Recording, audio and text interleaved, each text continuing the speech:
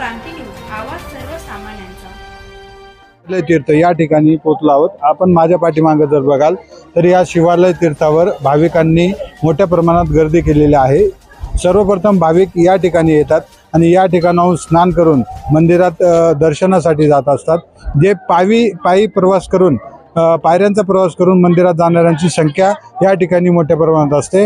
या ठिकाणाहून स्नान करून हातपाय तोंड धुवून आणि मंदिरात भाविक प्रवेश करत असतात, म्हणून या ठिकाणी मोठ्या प्रमाणात देखील गर्दी ते चित्र आपल्याला पाहायला मिळत आहे।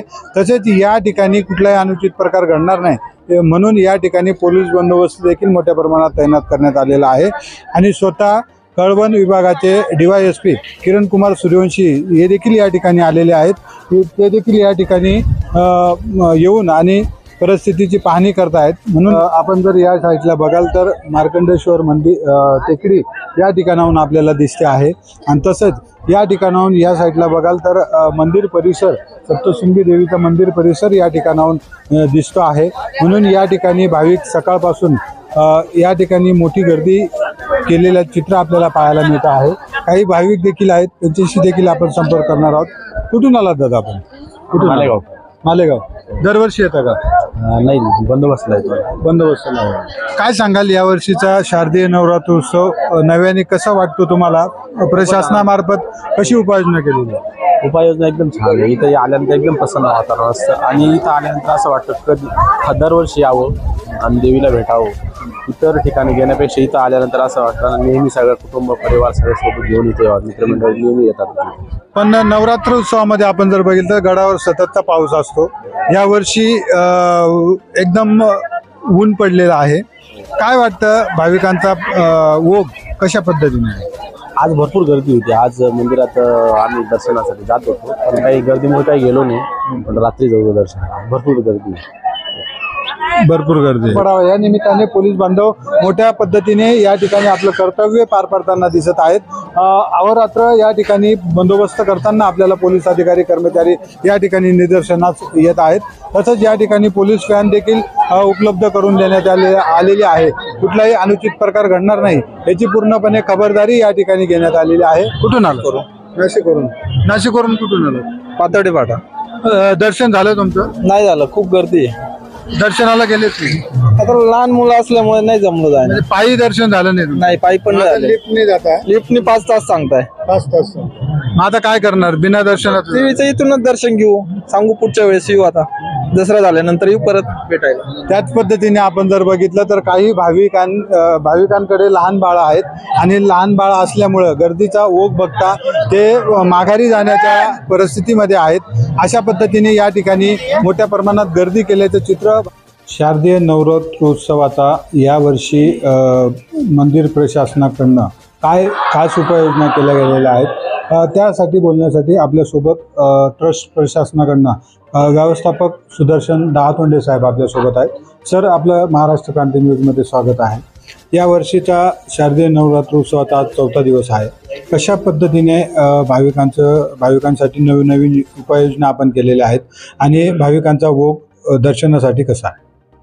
सालाप्रमाणे आईसाहेब सप्तशृंगी मातेचा शारदीय नवरात्रोत्सव हा दिनांक 3 ऑक्टोबरपासून सुरू झाला।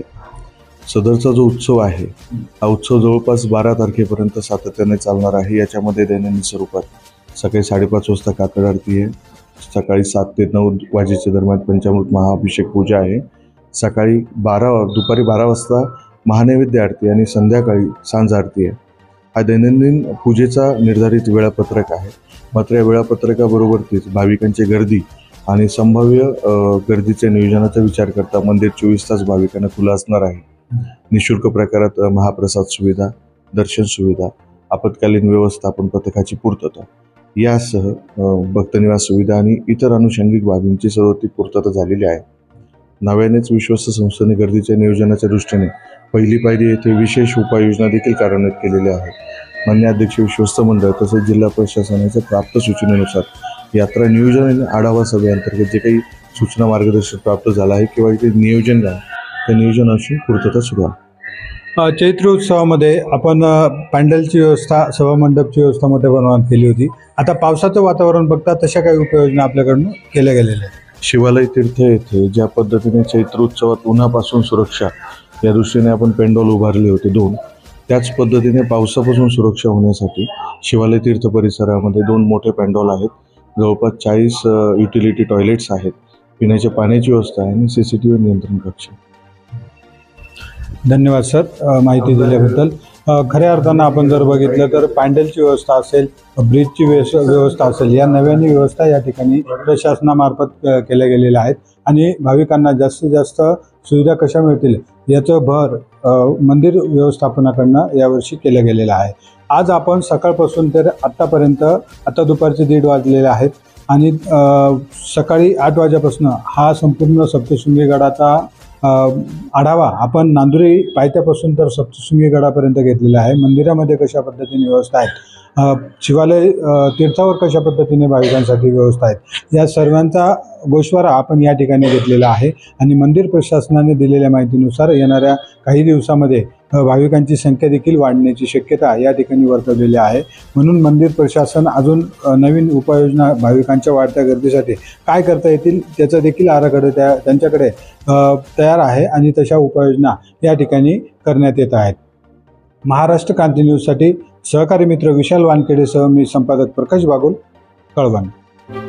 अशाच नवनवीन बातम्या पाहण्यासाठी आमच्या महाराष्ट्र क्रांती न्यूज या YouTube चॅनलला लाईक करा, सबस्क्राईब करा आणि बेल आयकॉनला प्रेस करा.